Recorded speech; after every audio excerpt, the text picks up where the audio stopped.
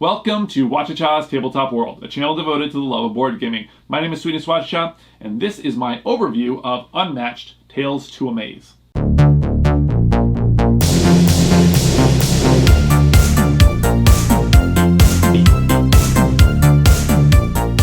to Amaze is a cooperative version of the Unmatched system, which is a very expansive and popular competitive game. In Unmatched, players will use the popular Unmatched system to play cooperatively against the main villain and their minions.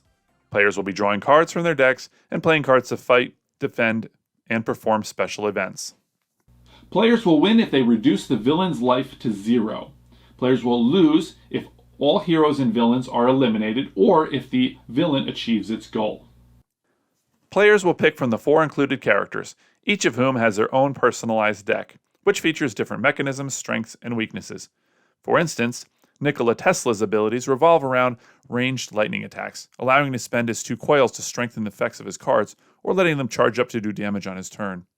The Golden Bat has some placement cards to help him get into good position and prevent enemy movement, but then has powerful benefits when he doesn't move.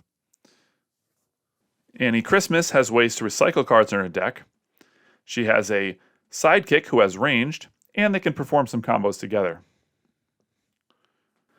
Dr. Jill Trent has a sidekick as well, which she can combo with, but a lot of her kit revolves around this 2-sided gadget, which provides different benefits for attacking or defending, depending on which side is active. Each hero has a card which shows their name, movement speed, and special ability. They also have a health dial, which has a line under their starting hit points, which will differ hero to hero. If the hero has a sidekick, you will also start with a token and health dial for them as well. Although this set comes with these characters, you can use any of the competitive main game of Unmatched's other characters, of which there are dozens, sold separately of course. These 4 characters can also be seamlessly added to the base competitive game as well. The game features 2 different villains, each with their own side of the board and unique challenges. I'm going to explain the game using the Martian invaders, but at the end I'll give you an overview of the Mothman. The game starts by placing the villain in this space.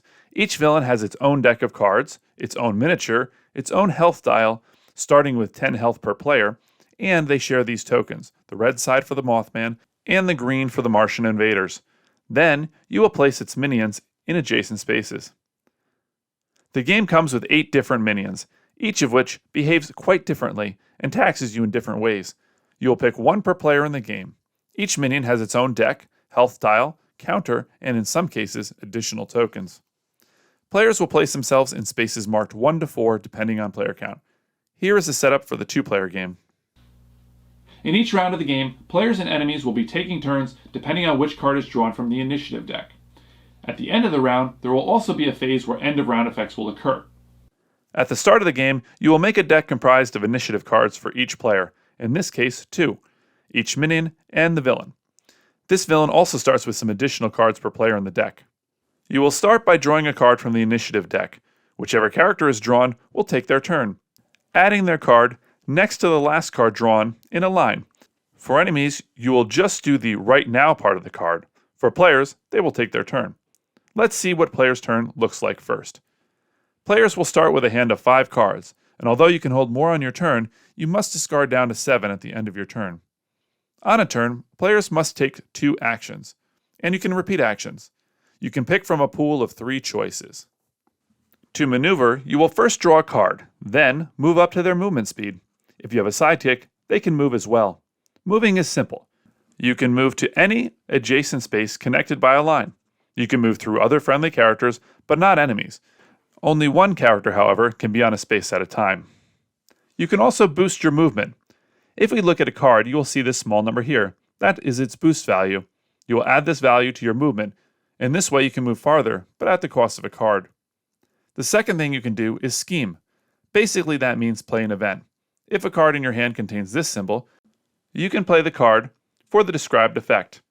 These types of cards have a variety of effects, usually working on whatever theme your hero operates under, and sometimes will even allow you to take another action. These effects include taking back cards from your discard, placing your character on the board, and more. The last thing you can do is attack. When you attack, you must use a card. Let us take a look at some cards. The symbol at the top shows whether it is a fight card, a defense card, or if it is versatile, meaning it can be used for either.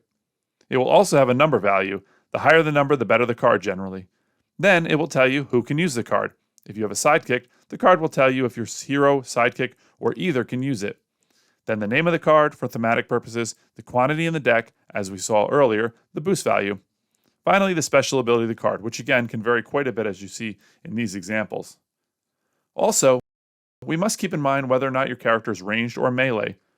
By looking at your hero card, this is the range symbol. This is the melee symbol.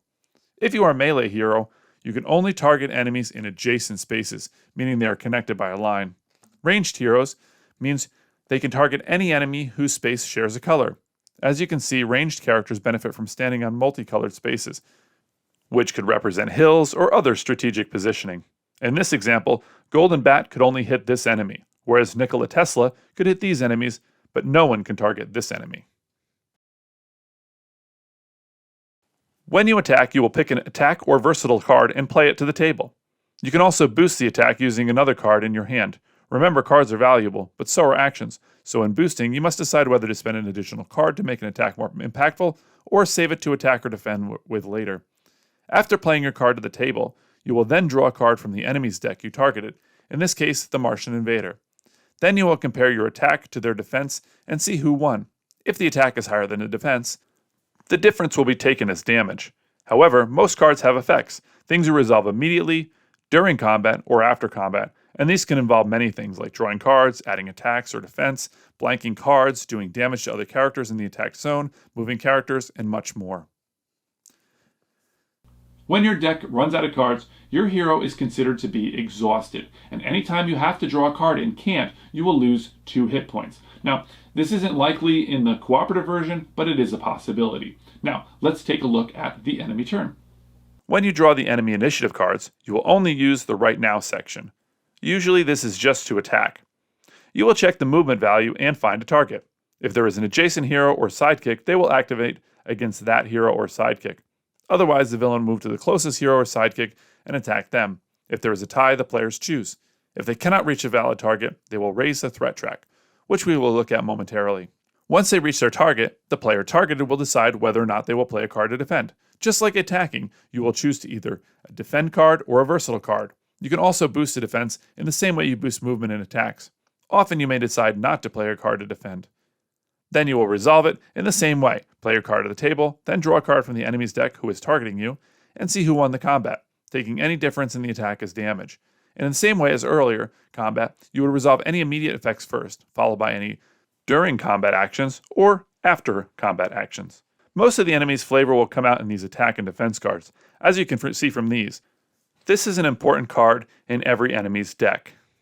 When you draw or discard this deception card from any enemy deck, you will reshuffle it and the discard pile into the enemy deck when you have finished resolving the card.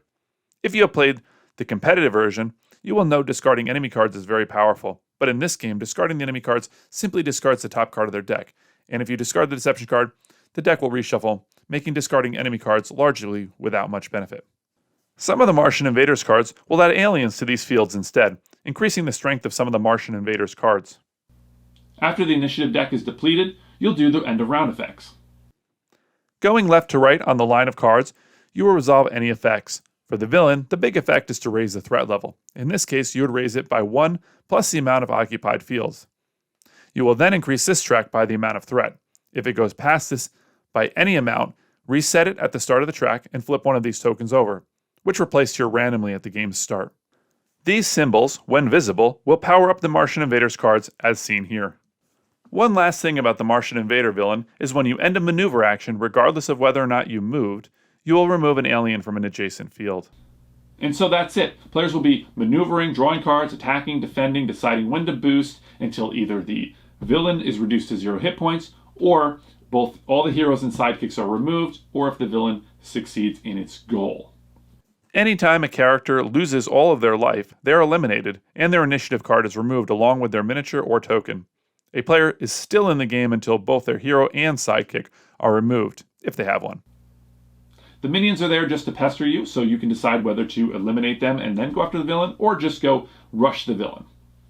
Now let's take a look at the Mothman and the minions included in the box. The Mothman villain revolves around these bridges. His effects will place these tokens on the bridges, eventually breaking them, which limits player movement, but more importantly, will trigger these punishing effects. If a bridge breaks, these tokens move to the next bridge.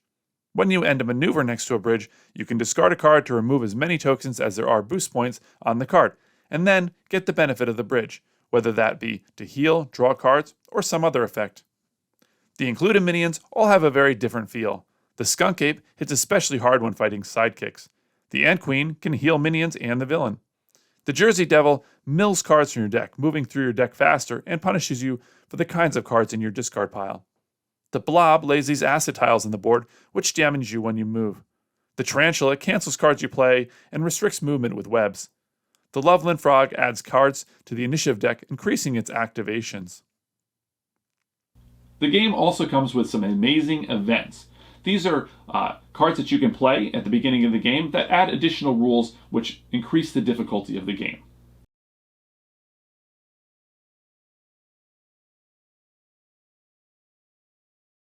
And that's the game. If you'd like to see my thoughts on the game, you can click on the screen here or down below. But for now, I gotta roll.